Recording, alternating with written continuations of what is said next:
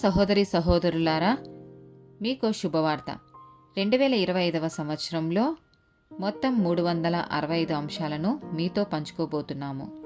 జనవరి 1వ తేదీ నుండి ప్రతిరోజు ఒక అంశము మరియు దానికి సంబంధించిన వాక్యమును పంచుకుంటాము.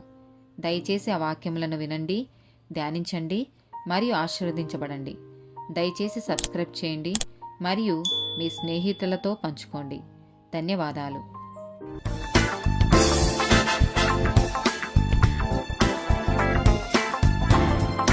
238th డే టాపిక్ సంగీతం. ఆదికాండము 4వ అధ్యాయము 21వ వచనము. అతని సహోదరుని పేరు యూబాలు. ఇతడు సితారాను సానికను వాడుక చేయు వారికందరికిని మూలపురుషుడు. కీర్తనల గ్రంథము 33వ అధ్యాయము 2-3 వచనాలు. సితారాతో యెహోవాను స్తుతించుడి, 10 తంతుల స్వరమండలముతో ఆయనను కీర్తించుడి. ఆయనను గూర్చి నూతన కీర్తన పాడుడి, ఉత్సాహ ధ్వనితో ఇంపుగా వాయించుడి. కీర్తనల గ్రంథము 98వ అధ్యాయము 4-6 వచనాలు. సర్వభూజనులారా, యెహోవాను బట్టి ఉత్సహించుడి, ఆర్పాటముతో సంతోషగానము చేయుడి, కీర్తనలు పాడుడి. సితార స్వరముతో యెహోవాకు స్తోత్రగీతములు పాడుడి. సితార తీసుకొని సంగీత స్వరముతో గానము చేయుడి. బూరలతోనూ కొమ్ముల నాదములతోనూ రాజైన యెహోవా సన్నిధిని సంతోషధ్వని చేయుడి. ఎఫెసీలకు రాసిన పత్రిక 5వ అధ్యాయము 19-20 వచనాలు.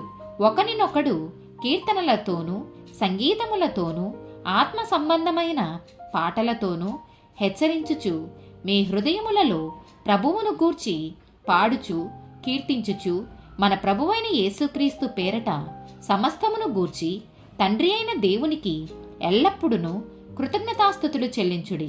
కీర్తనల గ్రంథము 150వ అధ్యాయము 3-6 వచనాలు.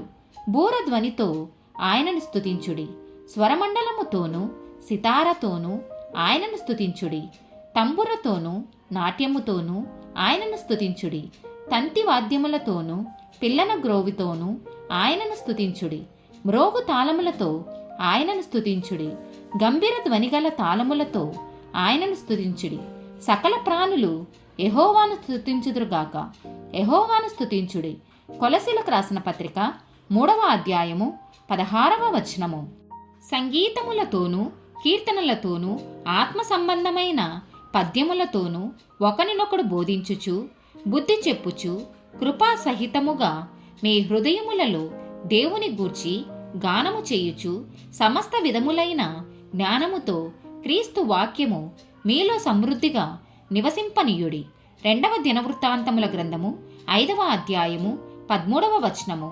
వారితో కూడా బూరలు ఊదు యాజకులు 120 మంది నిలిచిరి. బూరలు ఊదువారును పాఠకులను ఏకస్వరముతో యెహోవాకు కృతజ్ఞతాస్తుతులు చెల్లించుచు గానము చేయగా, యాజకులు పరిశుద్ధ స్థలములో నుండి బయలువెళ్ళి ఆ బూరలతోనూ తాళములతోనూ వాద్యములతోనూ కలిసి స్వరమెత్తి యెహోవా దయాళుడు, ఆయన కృప నిరంతరముండునని స్తోత్రము చేసిరి. ఆమేన్.